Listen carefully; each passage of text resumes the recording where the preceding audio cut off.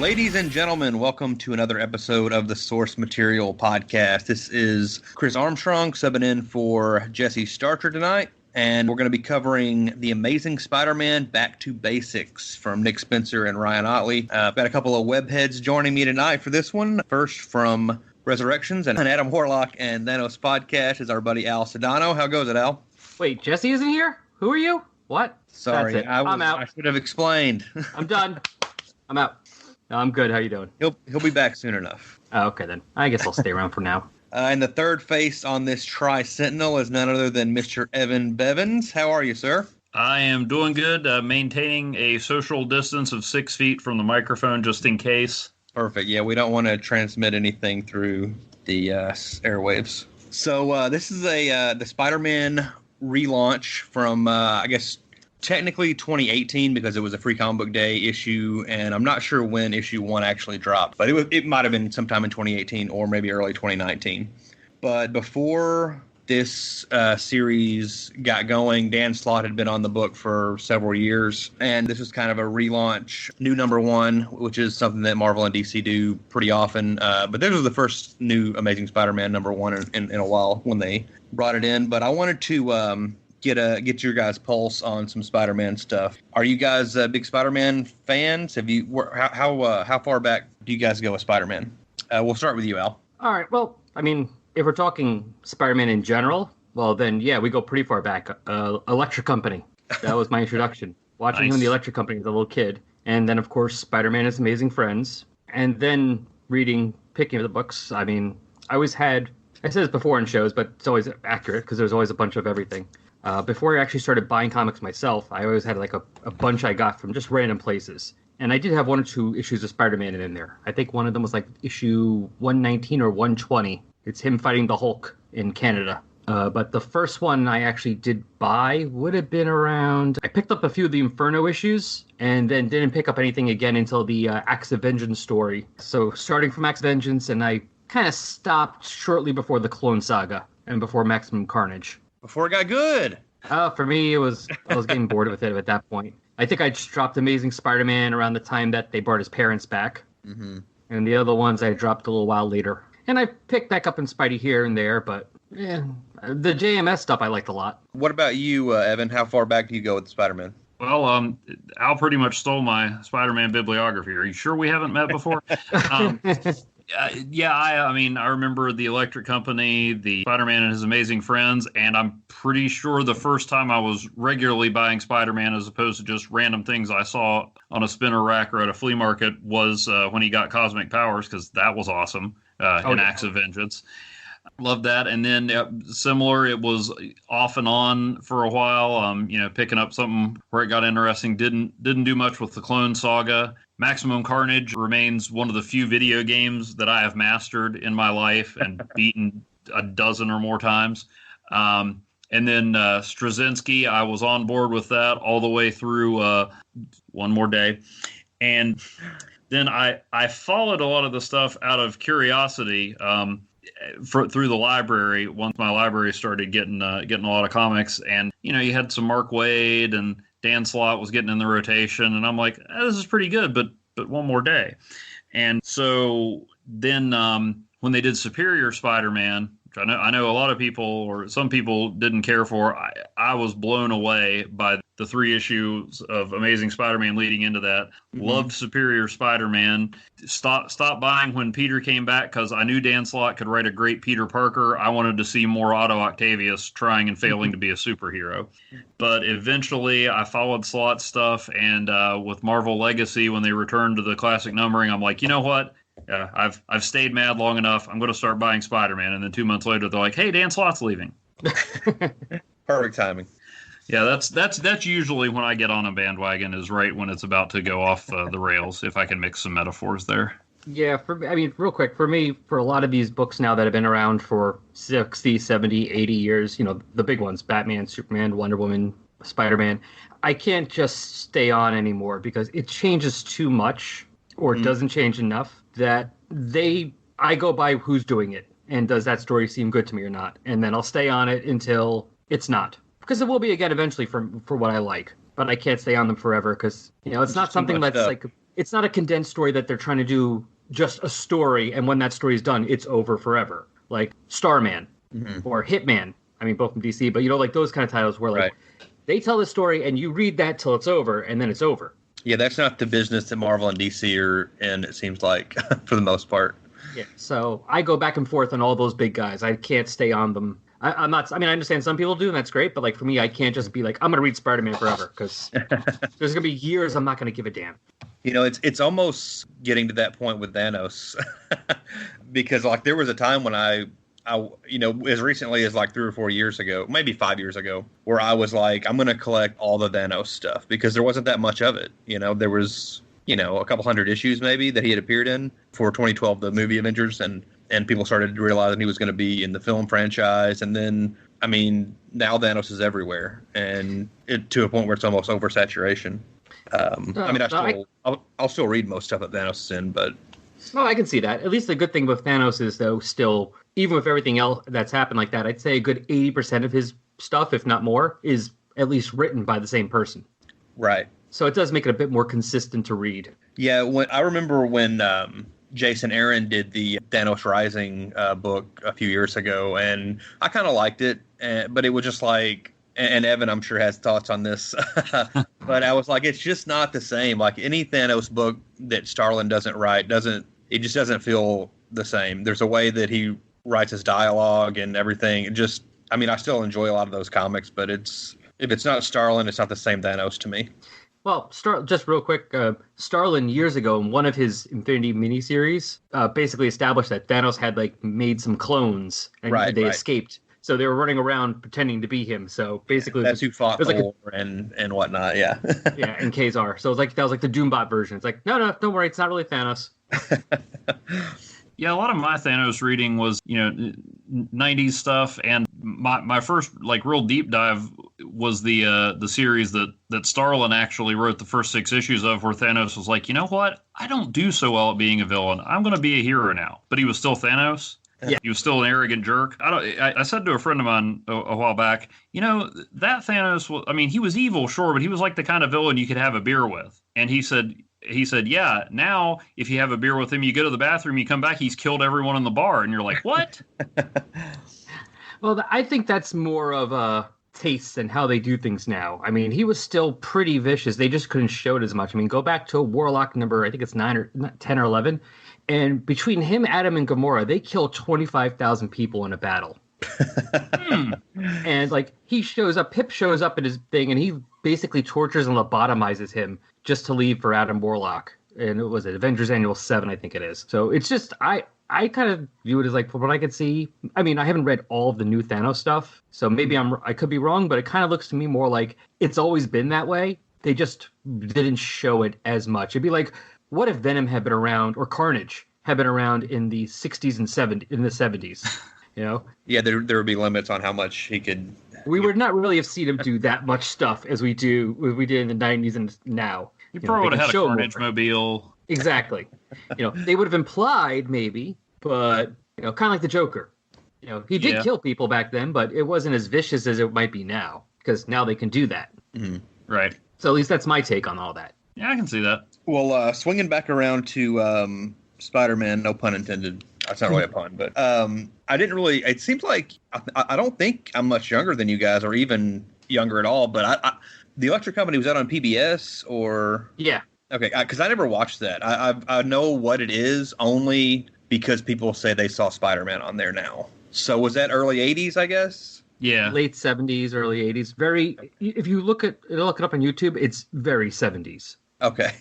Yeah, I've seen clips and stuff, but I mean, I never knew what that was until I was probably in my late teens, early 20s. But I started reading comics when I was around 10, 11, around 1990. And from early on, I was getting most of my comics at a convenience store. And so that store would get every Spider-Man title, and they would get every Batman, Superman title. And then they would get some other stuff I would find Darkhawk there, or other smaller, lesser-known characters. But I mean, because it was so available, I probably have more Spider-Man comics in my collection than any other character, just because, especially in the 90s, I was buying every Spider-Man book, even though he's never been one of my favorite characters necessarily. Like I like Spider-Man, but he's not probably even in my top 10 favorite superheroes. But I've just accrued all these Spider-Man comics over the years because, for one thing, there's so much of it, and Marvel tends to usually put their top guys, top writers and artists on that book anyway. So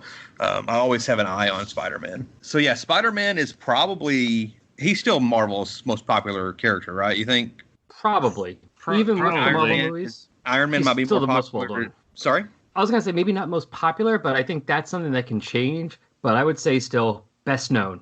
Okay, yeah, that's a better way.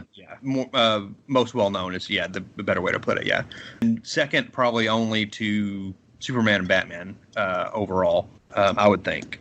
Yeah. So definitely one of the big comic book characters. So I want to go through some of you guys' favorites when it comes to the Spider-Man character. Favorite Spider-Man artist, Evan? I'd say John Romita Jr. Good pick. What about you, Al? It's going to be close, but we're not going to have the same answer this time. All right. John Romita Sr. Going back and reading stuff between Marvel Unlimited and other reprints and stuff, because like at the time I started reading, Marvel Tales was out still, reprinting, so there's a lot of old reprint stuff. There's just something about those first 100 issues. And especially and the Ditko stuff is great, but I really, really dug the Romita era. It just kind of felt like its own world, even existed. I mean, yes, it was in the 60s, but still, it felt like its own world of Spider-Man. You can really, I felt like you can immerse yourself in it. And I really enjoy that era. So how many issues was Romita Sr. on Spider-Man? Do you know, or I mean, not an exact number, but have an estimate? I want to guess 40, maybe a little less, 30. See, I've never really read any of that. I mean, my knowledge of late 80s is pretty limited because, I mean, if I had Marvel Unlimited, I should probably get that just so I can read some of that older stuff. But I've seen a lot of Romita images, and I probably even have read individual issues here and there and reprints and stuff. But I'm not super familiar with Romita Sr.'s Spider-Man work outside of just like some of the famous iconic images and stuff. But I picked Mark Bagley because I'm a 90s kid. So he was the Spider-Man artist for probably 5 or 6 years in the mid-90s on Amazing Spider-Man. And then even after that, he transitioned to Ultimate Spider-Man a few years later. Yeah. And, had a historic run there. So. Oh, yeah, no, Bagley's great. I loved him on New Warriors when he started out. Mm-hmm. Yeah, I've kind of followed him. He's a hard one to like collect everything he does just because he's like a workhorse and he's always jumping around to a new book and doing, 6 issues there, 6 issues there. And he doesn't have the extended runs he used to have, like when I guess he was one of the bigger names, but he's always popping up on Marvel stuff. And I have like an honorable mention as well for Eric Larson because he has like I love the way Larson draws Spider-Man in like the awkward poses when he's web slinging and stuff like that. And he's got the big, I guess he kind of carried over the McFarlane giant Spider-Man eyes, but I've always liked him as well. So what about, sir? I was going to say, well, that's who was drawing it when I started. Yeah, I like McFarlane, but yeah, I don't ever really think of him as one of my favorite, or it's one of like the top Spider-Man guys. He obviously made his name on Spider-Man, and that McFarlane Spider-Man series was a big deal when it came out. But what about a favorite alternate costume for Spider-Man? Al, we'll start with you. There's really, at least for me, unless you're talking about the paper bag costume with the kick me sign on the back, I have to go with the black costume. It's just such a sleek, awesome look for Spider-Man. It still says Spider-Man, even though it's completely different than the blue and red. Mm-hmm. Yeah, keep it simple. So, Evan, what about you? Favorite alternate costume for Spider-Man? The black one's probably the best, but in the spirit of variety and whatnot, I got to say the Spider-Man 2099 original. Oh, wow. Oh, okay. Yeah, that one's really cool. Yeah, that's a cool one. The way that that like Death Spider thing on the chest. Yeah. That's a cool look. I like that one. Well, sorry. Are you going to go with the spider armor? Which one? I mean, if it had more of a run, maybe. But I don't really. Yeah, I mean I like that spider armor cover with the green foil and everything. Oh yeah, yes. Web 100. Yeah. But yeah, I'm not a huge fan of that design, honestly. Which I think that was Alex I don't know how to pronounce his last name, but Sabak maybe. Yeah, sure. He was the artist on Web at the time, and I'm assuming he designed that costume. I'm not really he's okay, but he's not like an artist that I'm a huge fan of, really. But I would probably say it's kind of a cheat to say Sensational Spider-Man, which is the Dan Jurgens redesign. It's very similar to the standard Spider-Man costume, but I like it. It's got the web shooters on the outside and the bigger spider on the chest that goes to the back and everything. Oh, but it had like the fingers were different colors, right? Yeah, right. Okay, yeah. And then honorable mention also for the Spider-Boy costume from Amalgam. The Spider-Man Superboy mashup. And I assume Ringo is the one who designed that costume because he did the art on the first issue, but I'm not certain. I'm pretty sure I know your favorite love interest, Evan, but why don't you go ahead and confirm it for us? Oh, man, now I don't know. I got to go with Mary Jane. Yeah. Is that why the disdain for One More Day? That's part of it, but I mean, One More Day, it was just... It was bad. They had so many outs that they could have taken. I mean, they had them headed for divorce. They had her killed off. And then, just to go, oh, well, no, it was the devil and all those stories you read didn't happen, but they did. But, it was just, I don't know. I mean, I know stuff gets rebooted in comics all the time, but I hate being told, hey, all that stuff that you invested all that time and money in, it didn't count. You're right. And I mean, the only reason for it that I can see is that some people at Marvel decided that somehow hamstrung their ability to tell stories if he was married, but they couldn't kill Mary Jane off and they couldn't have them be divorced. So the only logic that I've been able to see to it, because they eventually went back and said everything happened, they just weren't married, is that Mephisto got Peter and Mary Jane to shack up and live together without being married. I don't think that's the message Marvel was going for, but that's the only logic that I can follow. Right. Yeah, I read One More Day when it came out, I guess 13 years ago maybe, and I don't remember a whole lot of details about it, but I just remember being super underwhelmed, and I've never had the desire to go back and revisit. It's one of the best written stories I've ever hated. I mean, Straczynski did the best he could with what he was given. Yeah. And that's the thing. I loved that run by Straczynski. It started out with that, hey, is Spider-Man magical? And I thought, hey, why would I care? And I loved it. The Moreland story. Yeah, that was great. Yeah, because at first I was like, oh, why do you have to overcomplicate the origin? But he just knocked it out of the park. And so you had all this stuff happen. And then they're like, oh, we got to put this genie back in the bottle. And let's finally solve this. Of course, I mean, it's not like it was just Spider-Man. There was a time there where Marvel and DC decided that the worst thing that could happen to any character was have them be married. So thankfully, Barry Allen caused the New 52, and Dr. Manhattan unmarried all the DC characters. Well, they figured, hey, the guys writing Moonlighting don't know how to do people together, so I guess no one can. But and all the time it's like, well, hey, comic audiences are getting older, but none of our readers can relate to someone who's married. Yeah, you're right. I mean, granted, I did when I started reading it at like 14, but okay, sure. But there are no 15-year-olds reading comics anymore, so it doesn't matter. Yeah. No, and Mary Jane's the one that I've read the most. I mean, now I've liked a lot of the Spider-Gwen stuff, but as far as Gwen Stacy has always been to me the Barry Allen of Spider-Man's love interest, more interesting when she's dead. But I mean, in all fairness, I hadn't read a lot. I mean, heck, now I think they're doing a Gwen Stacy series set before she met Peter Parker. So, I mean, yeah, I miss the days. It's all about the execution. I miss the days when Gwen was one of the few characters that stayed dead, which I guess technically she still is. It's all alternate reality and clones. Sure, yeah, but yeah, I'm with you. Mary Jane is my pick too.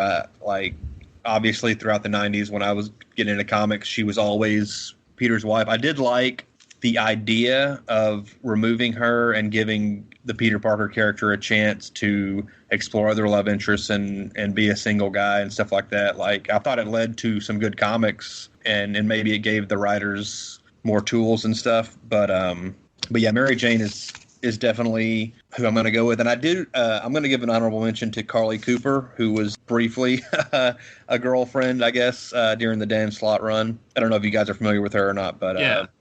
I know the name, but that's it. She did roller derby, and she was kind of quirky and wacky, I guess. But I liked that character. What about you, Al? Yeah, Mary Jane. I mean, besides the fact that that's what I was introduced to, whenever I've gone back and reread stuff, older stuff or whatever, it seems like that's the one where you could see her change the most and him change the most when they were together over time. So it was the more interesting. I mean, Gwen Stacy's great, but to sort of go with what Evan said, she's like Barry Allen, more interesting when they give her a different personality than the one she had. Barry Allen works great when they give him basically Wally's personality for the most part.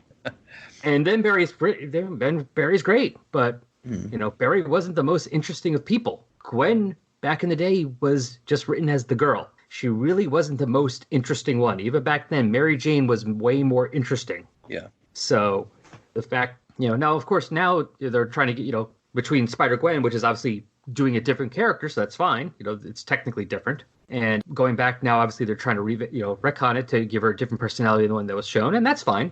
Not everyone's gonna be rereading all that old Spider-Man stuff constantly anyway, so right. They just know Gwen Stacy as the girlfriend that died.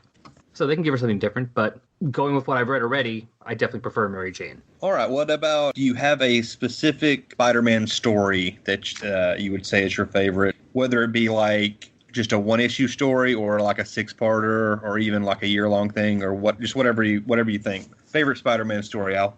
Well, definitely Acts of Vengeance, where he got the cosmic powers, because that was a lot of fun. And then the sequel to that about a year or so later when all the villains came back to get him and he did not have the cosmic powers. See, I've never read any of that stuff, so I'm going to have to go back. That was probably like 88, 89 in that range? Something like that. Yeah, I'm aware of him having the cosmic powers and stuff, but the only Cosmic Spider-Man issues I think I've read are... I think I've read the issue where he fought the Hulk, and I've read the What If he never lost his cosmic powers, and I think those are the only ones I've read, so...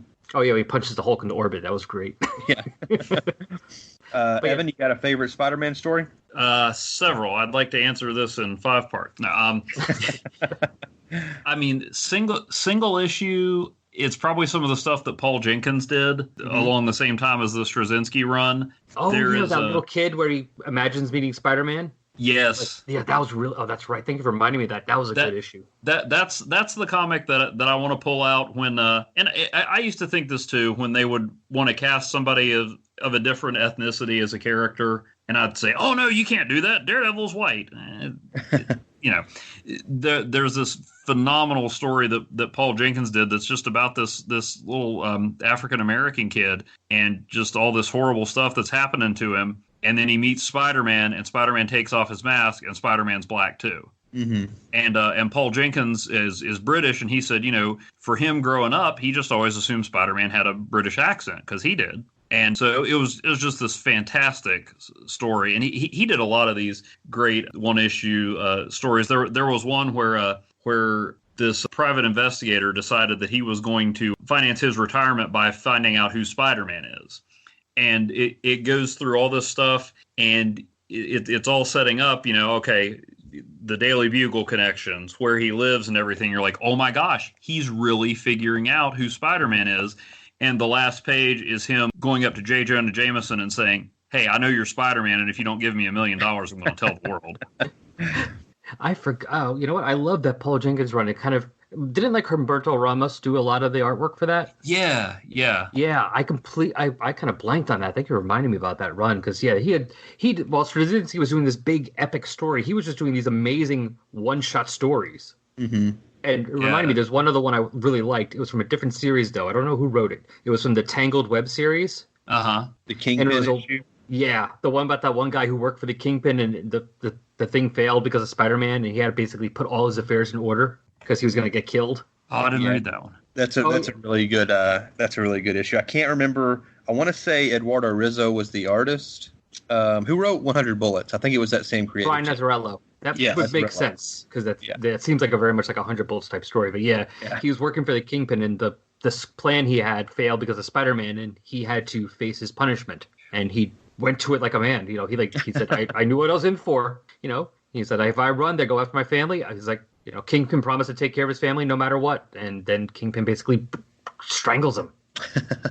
Yeah, that's a really... I mean, Spider-Man's involvement is is minimal in that issue, but it's a really good story. So is that what you got, Evan? Just the well, stuff? and I mentioned earlier how much I love Superior Spider-Man, and I know a lot of people were angry with Amazing Spider-Man 700, where Dr. Octopus wins apparently.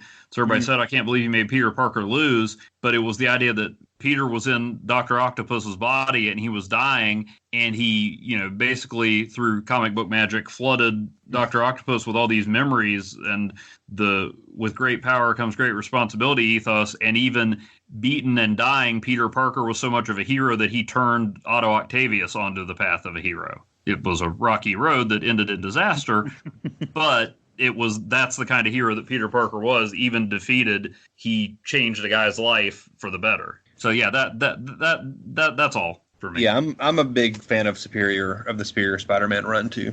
I picked a couple of. These are not the best Spider-Man stories, but I just as far as my favorites, Round Robin: The Sidekick's Revenge, which was a 6-part. Oh yeah, storyline in Amazing Spider-Man. This is one of the early. I was pretty fresh into reading comics at this point, and it had a ton of guest stars: Darkhawk, Punisher, Nova, Night Thrasher, Moon Knight, and Bagley was doing the art. I think he was doing fill-in issues for this. I don't think he had taken over the Amazing Spider-Man as a regular artist yet. But I've reread it again a few times in the last several years, and the dialogue is super hokey, but it's just one action beat after the next, pretty much, and all these characters teaming up together, and it's a lot of fun. And then Revenge of the Sinister Six, Eric Larson's last Spider-Man run, where the Sinister Six get back together, and Doc Ock has adamantium arms, beats up the Hulk, and it's just a really cool crossover. That's another one with a lot of guest stars. So that's kind of what Sleepwalker shows up in that, right? Yeah, Sleepwalker's in there for a few pages. He's not around much, and then Rick wakes up. So, plus, you got Doc Ock in a suit, which is objectively better than Doc Ock in green, whatever he wears. Oh yeah, yeah, I like that. That's the version of Doc Ock that appeared in the Sega video game as well. I like that design for Dr. Octopus. But yeah, there are better written Spider-Man stories like Kraven's Last Hunt and Superior Spider-Man and stuff like that, but those two are the two that I normally think of as like when I think about my favorite Spider-Man comics. And last one, favorite Spider-Man movie. There have been like 8 of them now, so we got a few to choose from. Evan, what do you think? Well, for the longest time, favorite Spider-Man movie and favorite comic book movie was Spider-Man 2, hands down. Mm-hmm. But Homecoming really gives it a run for its money. I need to go back and watch Spider-Man 2 and see if I still feel the same way, because Homecoming to me looked like no other Spider-Man movie we'd ever seen. After Amazing Spider-Man, as good as it was, just rehashed a lot of the Sam Raimi stuff. Mm-hmm. But Homecoming was a quintessential Spider-Man story. So it's kind of close between Spider-Man 2 and Homecoming, and I need to stop doing productive things with my life and watch them again to compare. What about you, Al? Well, actually, sort of the same answer. Spider-Man 2. To be fair, though, to the other movies, and it's not been a plan of I'm not going to see this. I just haven't had a chance to. I haven't seen any of the Spider-Man movies since The Amazing Spider-Man. So I haven't seen Amazing Spider-Man 2 or Homecoming or whatever the newer one is. Home. Yeah. So they're not on my list. All right. It's only really 4 movies. So out of those 4, it's definitely Spider-Man 2. I mean, It made me like Doc Ock, and before that, Doc Ock was a villain to me. That was kind of boring. He wasn't the most, it's like, okay, this guy's here again, great. He was kind of whine. But there, I actually liked him. He was actually an interesting character. Plus, it's the guy that tries to kill Indiana Jones in the beginning of, Raiders of the Lost Ark. Yeah, I mean, I'm the same on, Spider-Man 2 easily for me is the best one. I like all of them except for Amazing Spider-Man 2. I think that movie is really bad for a lot of reasons, but I don't think I'm alone in that. I think a lot of people share that opinion. But the first Spider-Man has some flaws, but it's a lot of fun. And then the third one I haven't seen in probably 10 years or more, and I'm sure it's not very good. But I do remember. It's not the crime against humanity people make it out to be, but it's right. It has issues. Yeah, it's not Batman and Robin. Oh man, it's better than that. At least I personally think it's better than that. But it's not great. But Spider-Man 2, I'm a big Sam Raimi fan anyway. I'm a big Evil Dead fan, and there's a lot of Evil Dead type stuff in that movie. So that was a big thrill for me. And then, like Evan said, up until Avengers came out, that was the best comic book movie. And I would still put Spider-Man 2 in the top 5. You know, I might have a few other Marvel movies ahead of it now, but maybe even just Infinity War. I think Spider-Man 2 is really good. I watched it again the year that Homecoming came out, so about 3 years ago, and it held up really well. And yeah, I think it's easily the best. And I don't think. I mean, I like Homecoming a lot. I liked Far From Home as well. But yeah, for me, Spider-Man 2 for sure. But all right, I guess we should get to the actual comic we're here to talk about. Oh yeah, that thing. Yeah, one more Spider-Man fights Thanos in a helicopter. You write that, and then we'll cover it next week. No. It's a real thing. Spidey Super Stories number 39. Yeah, I have it. Thanos copter, right? I forgot that Spider-Man was in that comic for a second. Yeah. And so is Tiger. So this, like I said earlier, this is the kind of the almost like a reboot after the Dan Slott run. I think me and Evan have both kind of commented on Dan Slott. Did you read any of the Dan Slott stuff, Al? Some. Like I said, I wasn't really reading it at that point. I didn't read Superior. I kind of skimmed some of it. I knew what was going on. Right. You know, I was just curious to see how long it was going to last. Right. You know, I mean, I guess everyone else who was reading it, I would see online, they must have been all brand new, thinking that Peter Parker was dead forever. Because I'm like, he's going to be back. It just depends on how long, but he's going to be back. That's the plan. It just kind of depends on how well this does. Trust me, if this thing tanks, they're going to figure out a way to bring him back in 6 months. Oh, yeah. It lasted longer than I expected, but yeah, we knew he was 30 coming issues. But yeah. Yeah, one of my best friends is a huge Spider-Man fan. He actually owns a comic shop now. He didn't at the time, but huge Spider-Man fan. Whenever this happened, he hated it. He refused to buy it. He wasn't gonna. He knew. I guess he heard that it had happened, and so he wasn't going to read any of those. You know, and I kept telling him, man, these books are really good. This is a really good comic. And eventually, in trades, he read some of them and was like, and I was telling him, like, you know, Peter's gonna come back. I don't know why you're upset about this. Eventually, he read those in trade, and he was like, "You're right. These are really good." So I really like that, and I liked a lot of Slott's run. It's a little uneven. There's a lot of mediocre and even some bad stuff. And I mean, he was on it for, it seemed like 5 years. I'm not sure how long. I was closer to 10, I think.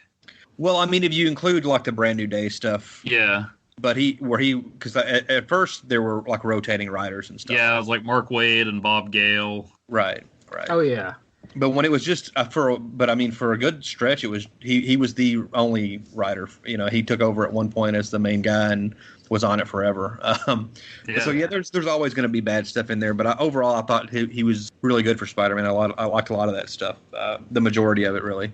But yeah, so I saw bits of that, and when I was working at a comic store at the time, and so I was able to read things that I wasn't buying. So I did read most of the first Spider-Verse, which I liked a lot. I think that was what it was called, right? Spider-Verse? The crossovers? Yeah. Right. Yeah, okay, I just want to make sure I had the right one. Yeah, that was good. I enjoyed that. And I've read on Marvel Unlimited recently, going through my post-Secret Wars read, because I didn't get a chance to read most of those things, the first 9 or so issues of his Spider-Man run after that, when he's running his own company and has a new Spider-Mobile. Mm-hmm. Yeah. And that was fun, because that was something, I didn't read that before. Right. It felt new, which is something that's going to come up later on. Exactly. But yeah, I like that. I was enjoying what I read of it. Yeah, that was a lot of fun. That's what finally got me on to saying, hey, I'm going to start buying this Dan Slott run. Yeah, so I read the first 8 or 9 issues of that, though. Whatever finished off that initial story arc, basically, with Zodiac. Mm-hmm. So limited stuff of Slott. Sure. I was going to mention this earlier, but this is Nick Spencer and Ryan Ottley taking over for Slott as the new creative team.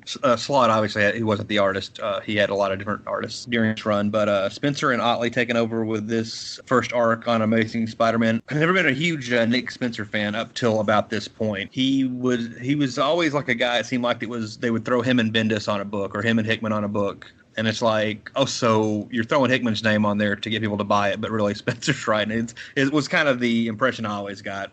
And everything I read that he... Was he the one writing Secret Warriors with Hickman? Or no? That was Bendis and Hickman. Oh, Bendis and Hickman. Okay. Yeah. And then when I think Secret Avengers, eventually Nick Spencer was writing that a few years ago. But he kind of got his big break with the Cap Hydra stuff, I guess. That's when he started becoming more well-known. And I read his Captain America run around that time and that event, and it was all right. But what I really liked that he did a few years ago was the Superior Foes of Spider-Man, which was kind of a comedy, kind of like this Spider-Man book. Honestly, it was kind of like a comedy. It had Boomerang and some of the lesser, like the B-list Spider-Man villains. It was like their team-up book, and it was really funny. And then he did a book for Image that I liked called The Fix. So I just like his voice when he's doing stuff that's not too serious. Have either one of you guys read any of his stuff before this? I read when I really got to liking him was when he was doing Ant-Man. Okay. Yeah. He did like 5 issues of it right before Secret Wars happened, and then he came back with it and did about 13 issues where Ant-Man starts his own security company with some crappy supervillains, and it ends up running afoul of villains with competing apps where you could hire henchmen. I think one was actually called Hinch. And so, yeah, he did a lot of cool stuff with that, and with Ant-Man's daughter, actually transitioned her into being Stinger, which is the character she was in A Next back in the day. Mm-hmm. So that's one that I've gone back and I only got a couple issues of it and fell behind, but I read it in trade, and then I've been going back and piecing together the back issues on it. Cool. Al, have you read anything from Spencer before this? Yes, and apparently more than I realized, because he's fine, but for the most part, I mean, there's nothing of his yet that's really jumped at me too much that I've really started paying attention to his name a lot. Because I did read some of that Ant-Man stuff, especially like that 5 issues before Secret Wars. I didn't realize that was him. The one thing I probably read other things of his from Marvel and stuff, when he did like an issue or two or something. I just didn't realize. The one thing of his I really do remember reading was when he was doing his creator-owned series, Morning Glories, from Image. Yeah, I've heard good things about that, but I've never read it. Yeah, I haven't finished it yet, but I've read I read the first 2 or 3 years worth, and it was definitely not like the ones you're talking about now. It's not like Ant-Man or Superior Foes. Definitely more Lost-like, so to speak. Oh, okay, cool. Although hopefully he had more of a plan. But I guess I'll find out eventually when I get to the end of that. Sure. But yeah, that's my experience with him. I know he exists, and I know I've read stuff of his, but there's nothing of his I'm like, oh yeah, I really know, that really jumped out at me. That made me think, oh yeah, Nick Spencer, he wrote this, and this. Right. Yeah, that's kind of how I was with him for a long time, and then until around the time The Fix came out, and I guess that Ant-Man book was around the same time The Fix came out, and I was like, I like the way this guy writes this lighthearted, comedy type stuff, basically. And Ottley was basically the only thing he's ever done before this was Invincible, which he did for a decade or more. The Robert Kirkman Image comic. You guys familiar with it at all? Oh yeah. Yeah, I know of it. I mean, I picked up the first 5 or 6 issues. So. Well, Ottley didn't do the first 5 or 6 issues. Oh, Corey Walker did the first arc. I think the first 6 issues, and then Ottley took over. And Ottley did about 95% after that point. I think Walker came back and did fill-in issues occasionally. But so it's like Walking Dead. After like the first several issues, the original guy left. And I was going to compliment him. I was going to say, he's like over the years, like, wow, go back and look at that. He's definitely, from what I remember, he definitely improved. But but yeah, I like Ottley's style, so it was cool. He was the reason I bought Spider-Man when it came out. Like, just putting Spencer on it was probably not going to be enough to get me to try it, because that was at a point where I was trying to cut back anyway on comics. But once I saw Ryan Ottley was coming to do a Marvel book, and it was Spider-Man, I was like, that sounds like a perfect match. So I'm gonna give it a shot. But I'm gonna do the synopsis here for the first couple issues, and then we'll get into it. So things are finally looking up for Peter Parker after rekindling his love affair with Mary Jane Watson and landing a job as science editor at the Daily Bugle. But the old Parker luck comes into play when it's revealed a paper he had written as a graduate student was actually authored by Otto Octavius. Parker loses his job and the respect of his peers, but as Spider-Man still manages to foil a citywide threat from Mysterio.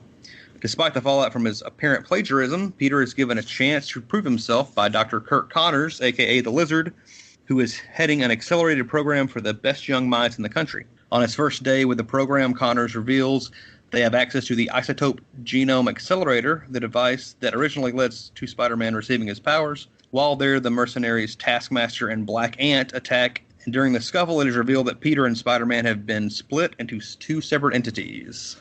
So that covers, actually, I didn't really put anything in the synopsis about the Free Comic Book Day issue, but that covers the first 2 issues of this storyline. So I'll start with you, Al. What did you think about the first first couple issues. I like the stuff with Taskmaster and the Black Ant. I like Black Ant isn't forgotten, even though they killed, the Ant-Man character. The evil clone or robot version is still around. So yeah, I like the Eric O'Grady character, Kirkman's Ant-Man, Irredeemable Ant-Man. Yeah, he's just a awful person, irredeemable as it says in the title. But I love that book, so I'm glad that they found a way to kind of keep him around.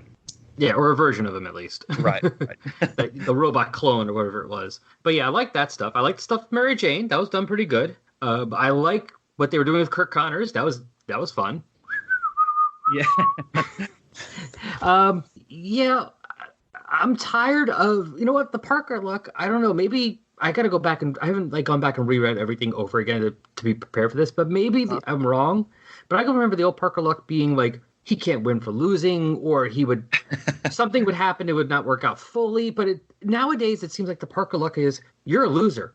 And that's like, I keep getting every time they use revamps of Spider-Man's. Well, we got to make sure he's either living, he's pathetic and has no job. And let's see if we can move him back. Can we move him back into Aunt May again? Because that'd be great. Free wheat cakes. Yeah. I did like that little part, the wheat cakes. That was a fun little conversation. It's like, they're just pancakes. He's like, no, Aunt May makes wheat cakes. I like that. Because you've always wondered, what the hell are wheat cakes?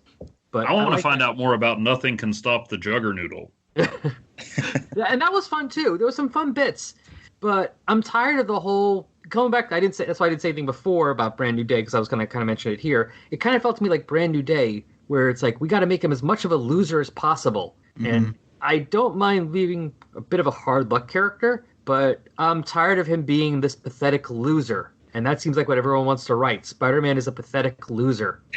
And I don't mind identifying with a character that has some problems, but maybe at least has a life. Hey, if Spider-Man can get this, Mary Jane, maybe there's a chance that I can, try, work my nerve up and ask somebody out, maybe get somewhere. But apparently, no, I don't want to identify with Spider-Man. He's pathetic. I don't want to identify with Peter Parker. He's a loser. And they're making him a loser for a while, ever since Brand New Day. And plus with that, it was like, I felt like I was reading 80s comics. I'm like, you know what? They're $4 each now, and you're coming out 3 times a month. For the same amount of money, I can go back and buy most of those issues from the 80s for $1 and buy, and read 12 issues a month.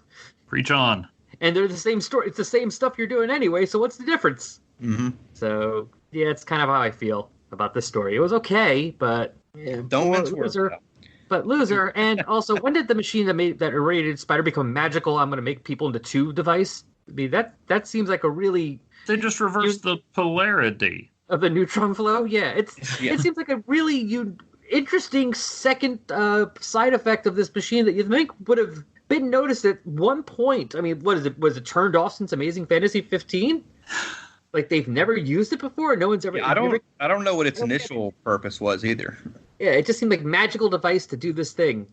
I was like, when Stan Lee was writing comics, that's how he wrote them. That was pretty much. Well, but at least it was just a radiation device. Right. At least radiation device makes radiation. I can get with that. Radiation device splits people in 2. At least say it's a magical thing. If you just tell me it's a magical thing he bumped into at Doctor Strange's, well, then I can go with that. Okay, I don't need to know. I don't know what it is. It's a magical thing. It reminded me, although, like I said, I'm not sure that's probably shown up somewhere since Amazing Fantasy 15, but I never saw it. But it reminded me of the 90s Spider-Man cartoon, or what was it, the Neo-Combic Regenerator or something like that gave him his powers and was like the MacGuffin in every other episode. I mean, they could have pulled a Smallville and had just Kryptonite does everything. Well, at least they changed the colors. Well, I mean, the Smallville television show where like every villain he fought, it was like, oh, it's because of those asteroids, the Krypton asteroids. Oh, I meant when it affected him. But yeah, even on the show, it was like the red kryptonite made him kind of, a jackass. Mm-hmm. So at least, they changed the colors still to make it do different things to him. At least give me that. Give me something. Try. All right. Well, you got anything to add? Yeah. The first 3 issues?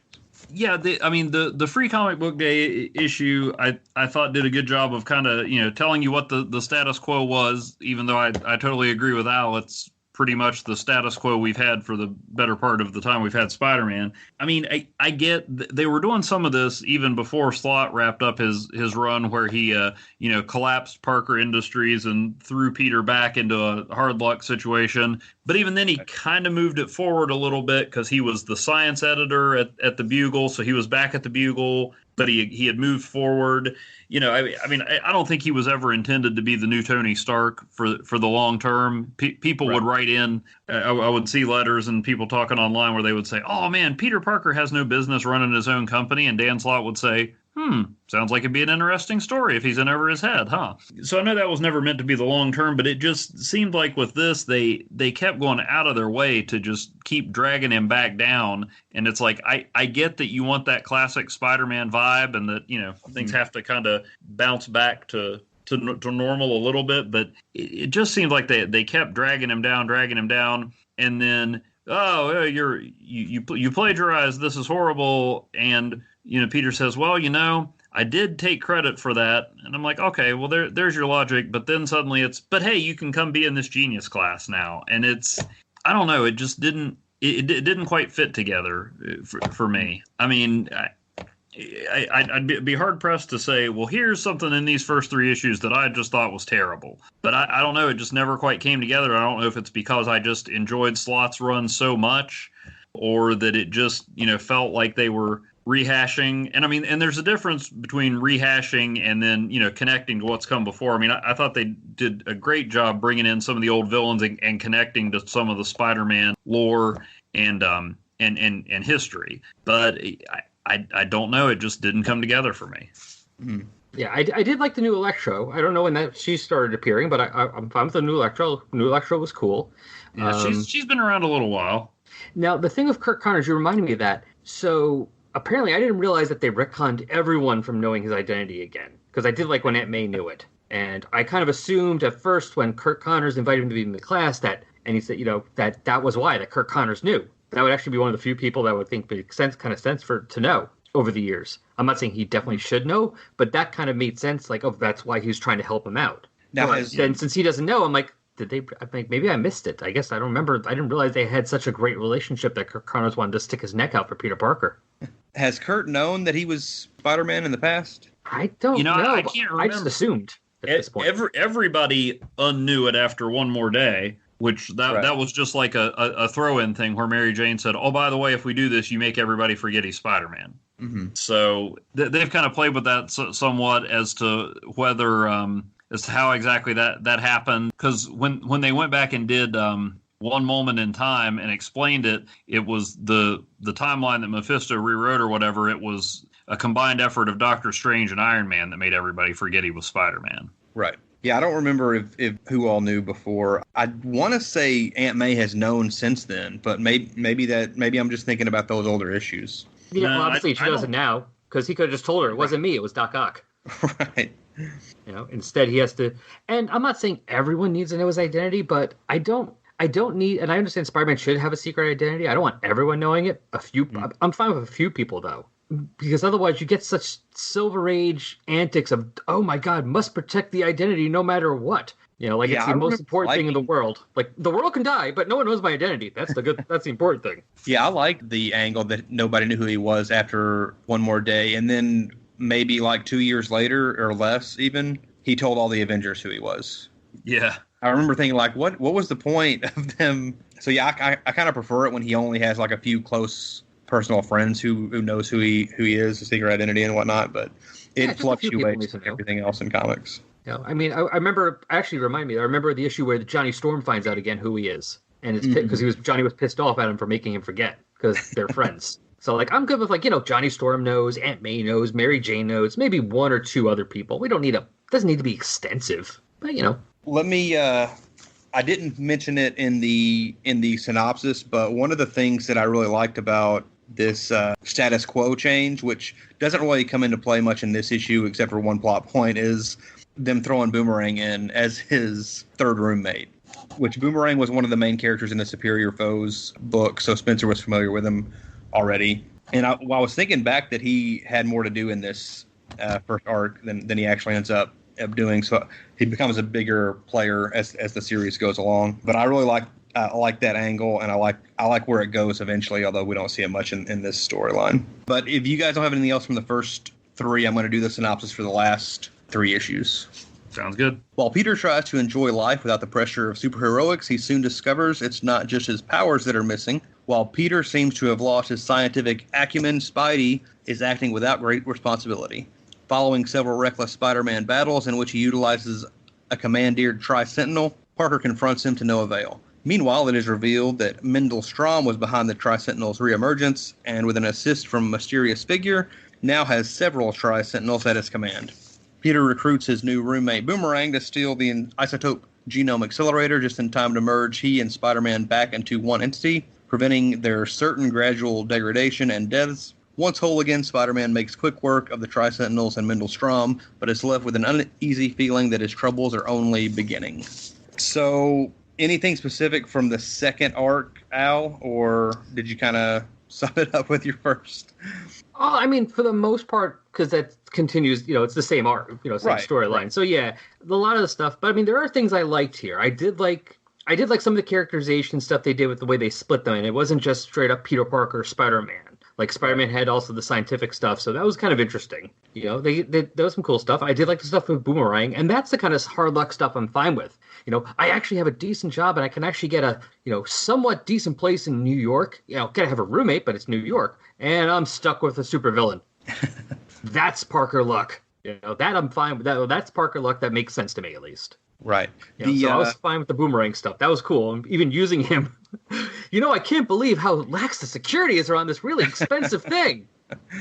I really liked the. You were speaking of the interplay between Spider-Man and Peter, and they have a few conversations with each other, and it really reminded me. I don't know if you guys are fans of Kevin Smith and Clerks animated series, which was short-lived. Their like interaction really reminded me of the way Dante and Randall in the Clerks animated series bounced off each other, with obviously Randall being the Spider-Man character who doesn't care about anything. Spider-Man's playing Pharaoh all day. Got it. Yeah, exactly. But yeah, so I really liked their limited interactions that they had in a couple scenes there. Evan, anything on these last three issues? Yeah, first of all, I felt very, very strongly that Big Lebowski is superior to Kingpin in every single way.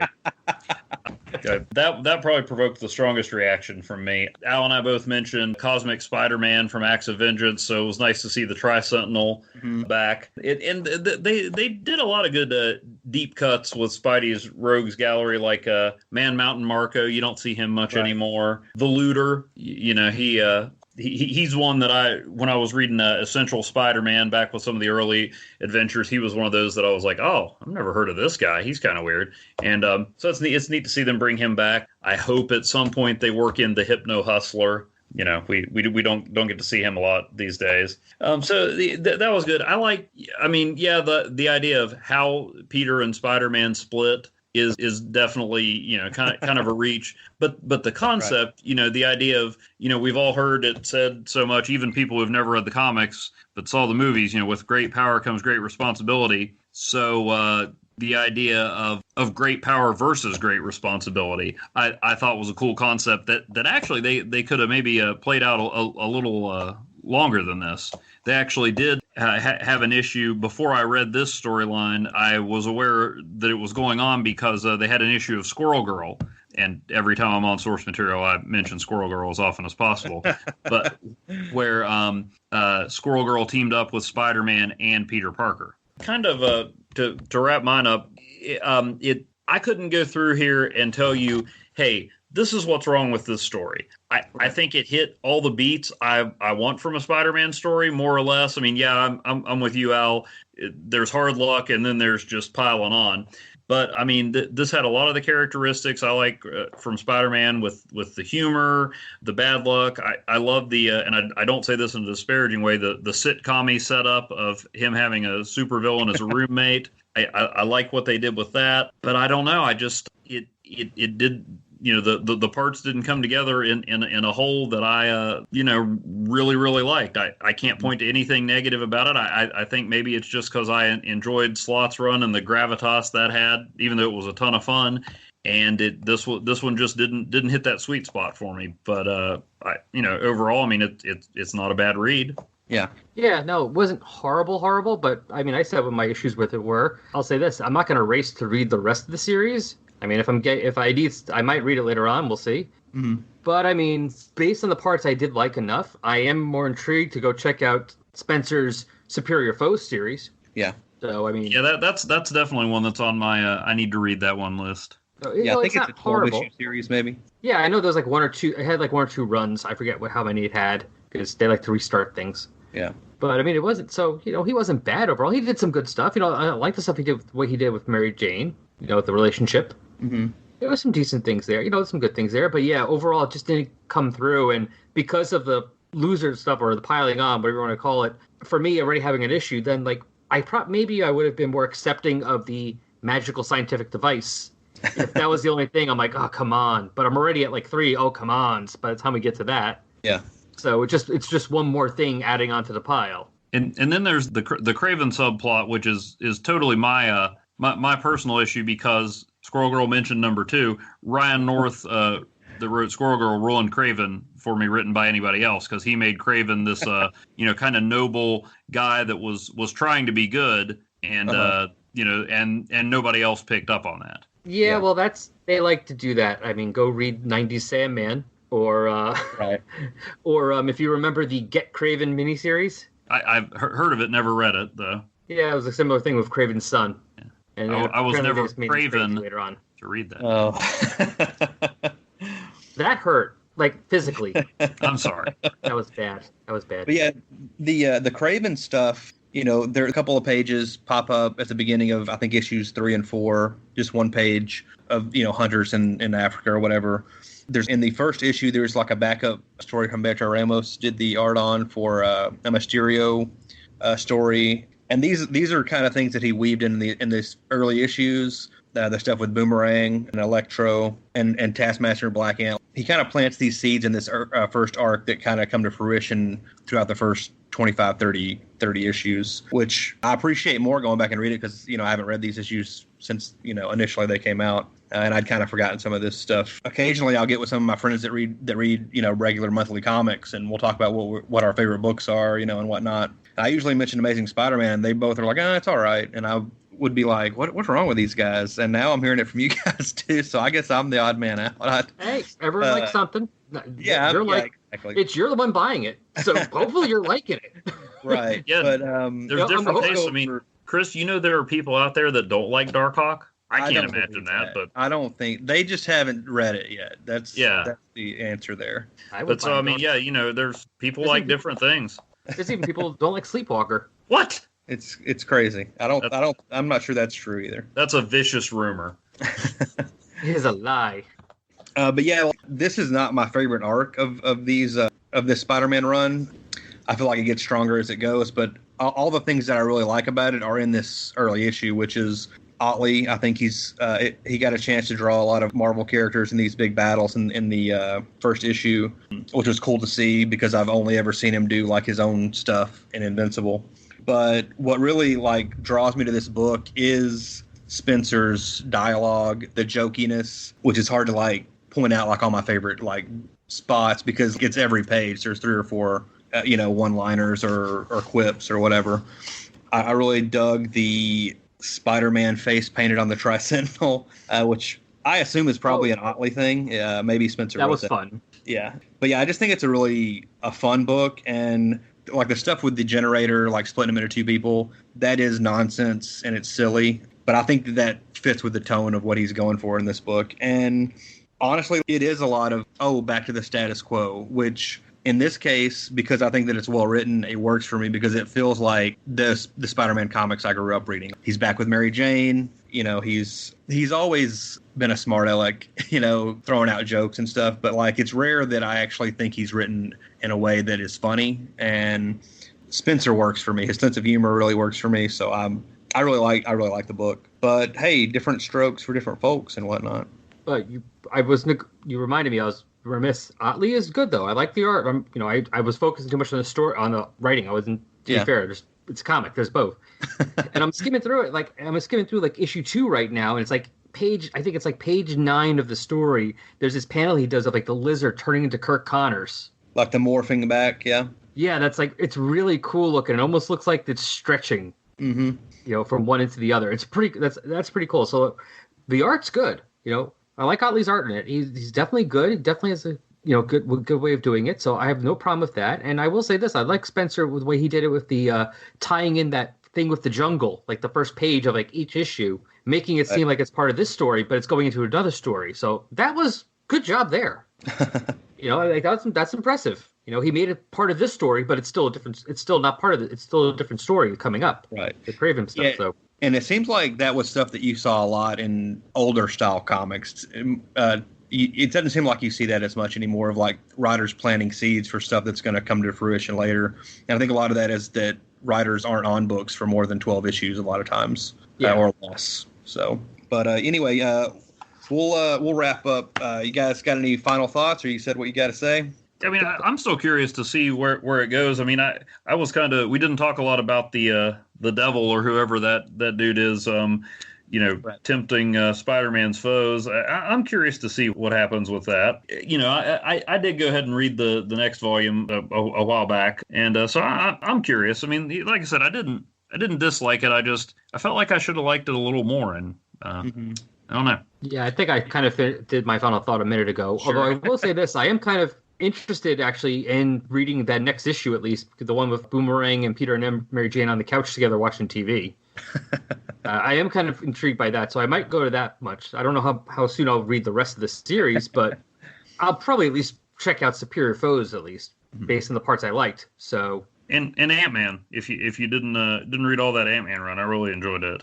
Well, I did read the stuff before Secret Wars, and I do have like a whole Secret War list of like post Secret Wars books. I'm going through pretty much everything, so I'll get to Ant-Man eventually. Gotcha. Yeah, the demon character. I don't know the character's name, but like I read Spider-Man still, but I'm never caught up on anything. So I just recently read issue 25, which is probably like 6 months old. But in issue 25, that character's name still hasn't been revealed. He still pops up from time to time, but like that storyline is still ongoing, and the Craven stuff didn't really materialize until like into the late teens or early 20s, something like that. So yeah, he really took his time developing all that stuff. But anywho, let's do plugs and we'll roll out. So Al Sedano, where can we find you? Resurrections and Adam Warlock and Thanos podcast. It's all about Adam Warlock and Thanos. I mean, it's right there in the name. Don't be confused. But yeah, go type in Adam Warlock or Thanos in any podcatcher. It's going to pop up, because really what else is? Or you can go to the Tumblr page, resurrectionsadamwarlock.tumblr.com, or find me on Twitter, @AdamThanosPod. And Evan, what about you, bud? Well, you can find a support group, which is the webcomic I write and Nathan Arnold draws about a support group for people with lame superpowers. You can find that on Webtoons. You can I write about comics for the Parkersburg News and Sentinel and Graffiti, which is a West Virginia entertainment publication. And you can also follow me on Twitter @Evan_Bevins if you'd like to learn the first names of various and sundry Star Wars characters and other bits of wisdom or lack thereof. Who doesn't need that info? I'm saying. Sheev Palpatine. Sheev. And I'm Chris Armstrong. You can find me on Twitter @BrodyMan34. And obviously, this normally is Jesse Starcher's podcast. Hopefully, he'll be back soon. I think I might be doing at least one more episode, and then we'll see what's going on after that. But thanks to Al and Evan for joining me, to Jesse Starcher for letting me jump into the big boy chair tonight. And, of course, thanks to the Radiolek and Broadcasting Network and W2M Network for hosting the podcast. Make sure you subscribe on your favorite podcatcher for all their fine content. Stay safe, stay home if you can, and we'll catch you next time, guys.